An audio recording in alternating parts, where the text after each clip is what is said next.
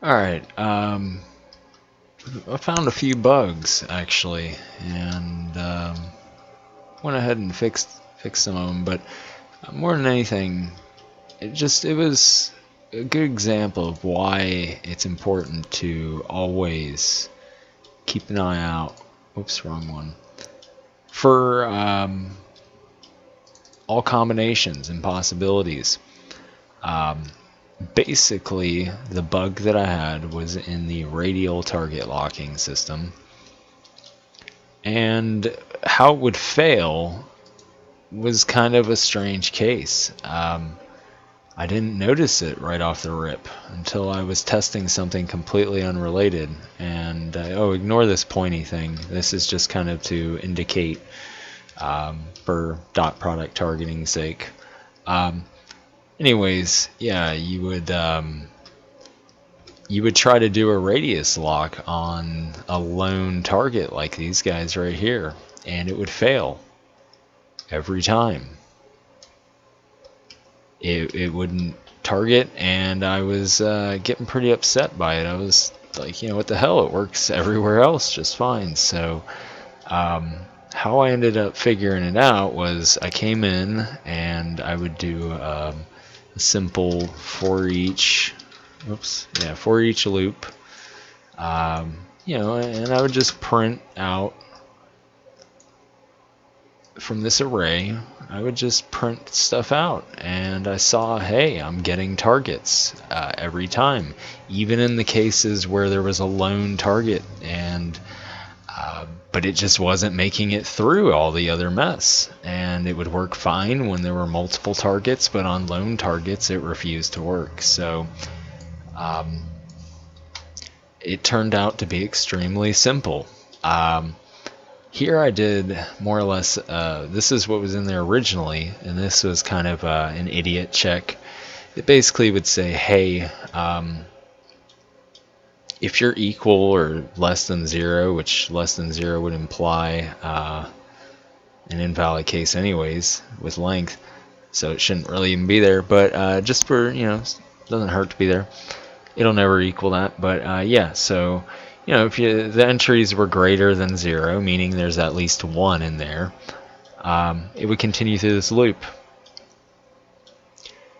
But the problem with that was that when there was only 1 entry coming in, oh, and this is what I added, by the way, when only 1 entry would come in, it would come into here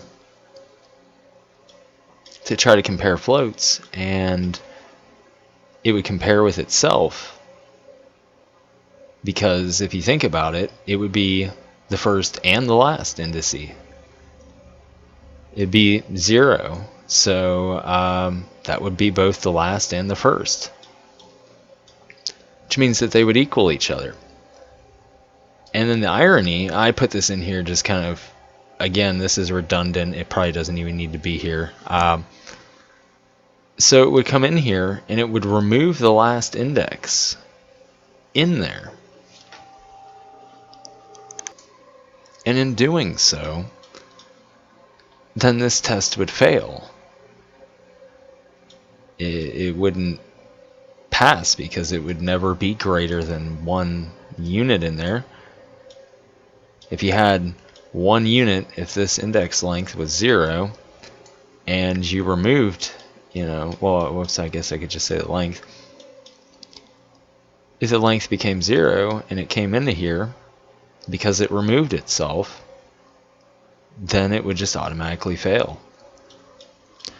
So to combat that, you just put in a second compare int here, and if it equals 1, then great, come down here and just skip all of this.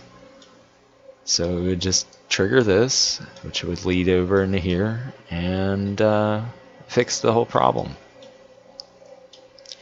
And the irony is I had been talking about this middle conditional here, and how it would probably never happen, how there would never be 2 equal to each other.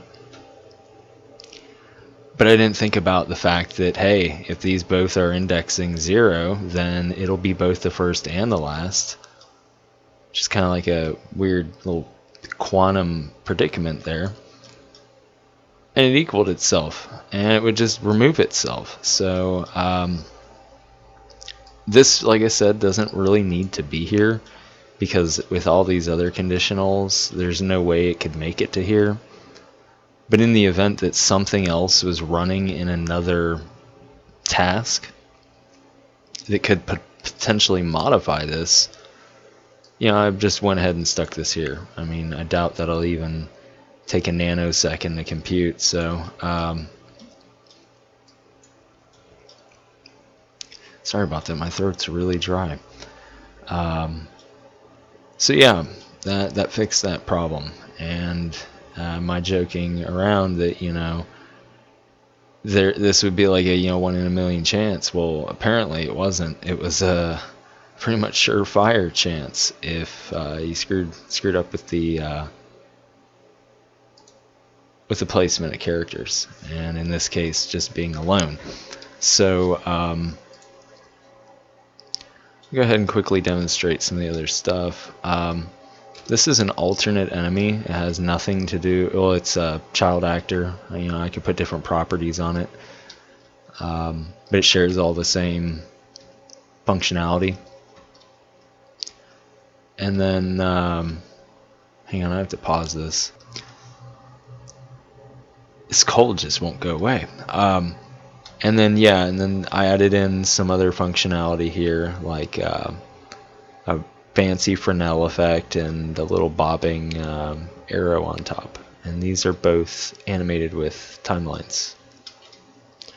I'll make a separate video for those, just because it might take a little bit of time to explain. So that's it for this one. Thanks for watching.